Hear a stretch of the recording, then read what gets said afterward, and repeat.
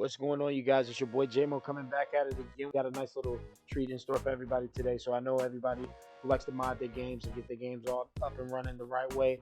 We all like the mod menu. So of course, I got a nice little mod menu that I want to show everybody today. This is called the Stand Launchpad or the Stand mod menu, and it's pretty sweet, man. If you haven't got it already, I definitely would recommend it. I have a 10% discount below. If you want to be one of the cool kids with the mod menu, go ahead and make sure that you grab that code at the bottom on the link in the description, and we make sure we definitely get you guys back up and running with this mod menu in store. So a few things I just want to go over before we jump into this mod menu, because I don't want none of y'all in my comments talking about some, oh, you tried to hack my shit, oh, you messed up my stuff and now people are trying to hack it, da, da, da. No, that's not what it is. This is a little bit of a foreign modification, so we want to make sure that we go into in depth a little bit of why we need to make sure that we explain what goes into having this type of mod on the game. So with that being said, I want to show you guys firsthand a little trick of how to make sure that this mod goes good after you get to this point where it's fully downloaded.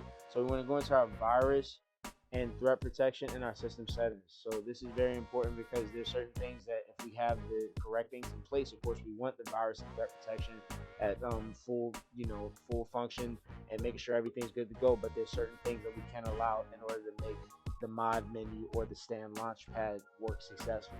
So with that being said, we open up our virus and threat protection menu. We want to do a quick scan after everything is allowed. So we're going to go into our allowed threats, and these are the two main files that we are going to need to make sure that we allow to run, even though it is potentially showing as a virus or a threat to our system. So there is ways that we can allow this, and the best way to do this would be to show you guys exactly what these two viruses or what the potential threat could look like.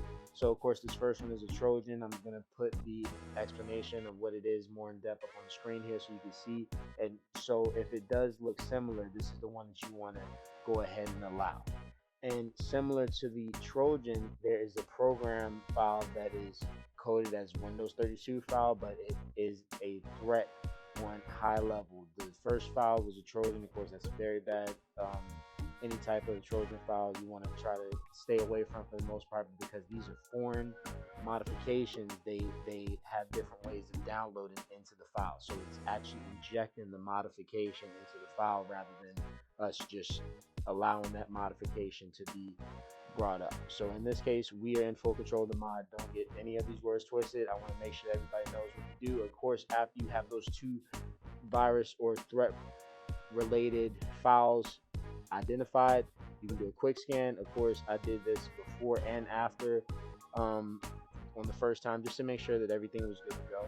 And I wouldn't recommend anything to you guys that I wouldn't try myself. Of course, I tried this for myself, and it did work pretty well for the most part. So we just want to make sure that we're being knowledgeable of these files that we are putting into our system, because don't nobody want to get messed up or hacked or compromised or whatever the case may be. All right, you guys. So as you can see, there's no current threats after we ran that scan, and we just want to make sure again that there are those two files in those allowed threat files to make sure that this mod menu works properly.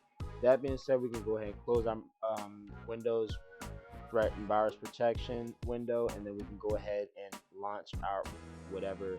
If it's through Steam, you can change the file. If it's through Epic Games, you can change it. And mine is, of course, the Rockstar game. So we're going to change it through or launch it through our Rockstar Games menu. You can also check for updates. It'll let you know if everything is fully updated to the most updated file, obviously.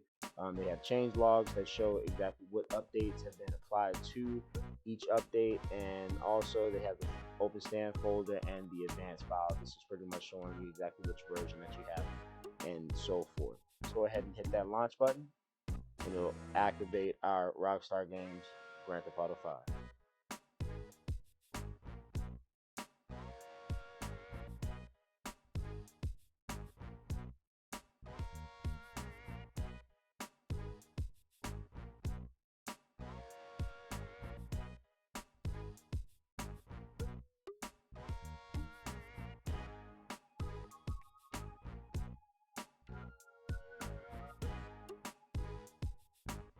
Go to the stand menu, and when we inject stand, of course you can jump out of the game, jump back in the game.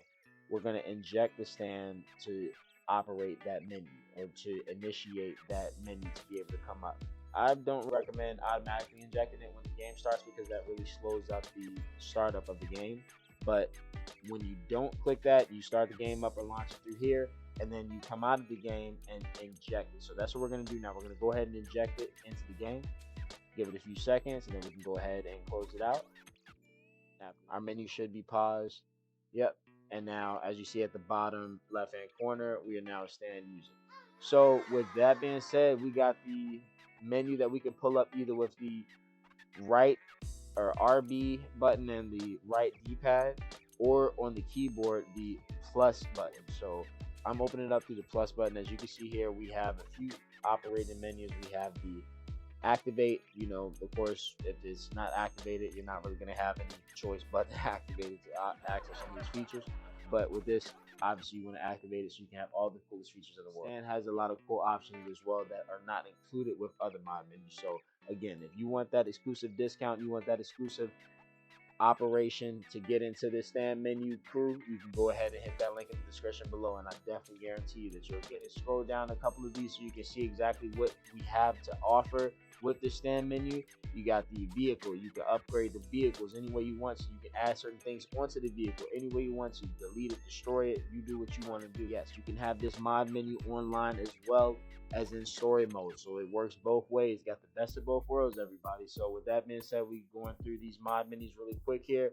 You got your players, obviously that's for the online as well. You have your world. What can you do to the world? Well, you can do a lot of things. Watchdog like world hacking, geoguessr, aesthetic light. So there's a lot of different things that you can do with this, but just showing you guys what we have to offer. The game, of course, you can operate or change different settings throughout the game.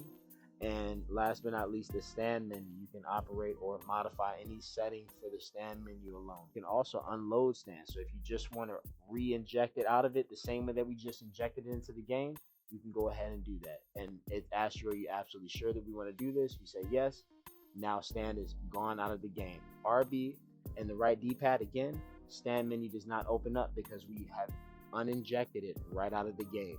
So with that being said, you guys go ahead and hit that like and subscribe button. Make sure that you join me for that next video. I'll break down anything that you need to if you let me know in the comments, and hit that like and subscribe button once again.